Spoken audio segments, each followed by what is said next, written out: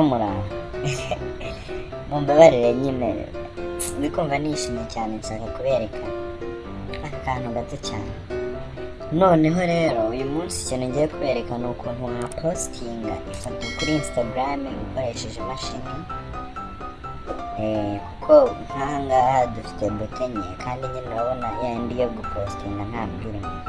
Rero uburyo wabikoramo ni bumwe bwonyine, ntabwo buruhije. Nukurikira iyi tutorial nawe uri buze kuza wakanda right click, ndakeka umuntu wari buze ukoresha imashini azi right click, urakanda right click uze kuri inspect. Waba uri gukoresha Chrome iyo ariyo yose waba uri gukoresha habaho inspect. Numara kuza kuri inspect ukande ahangaha, numara gukanda aha uraza ahangaha kuri responsive ushyire kuri telefone, ubwo ukadushyira nko kuri Galaxy, niturangiza dukore refresh. Noneho nitumara gukora refresh urabona bise bima nk'ibyo muri telefone, turakanda kuri iyi buto noneho ya plus kugira twadingeho dupostinge. Urabona ko bikunze,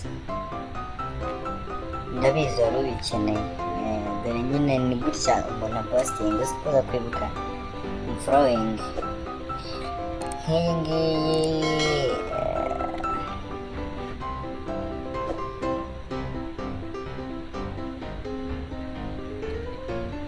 Urabona ifoto yacu twayipositinze yagezeho, urebye n'aha ngaha kuri profile urayisanga, uza kwibuka following please. Thank you.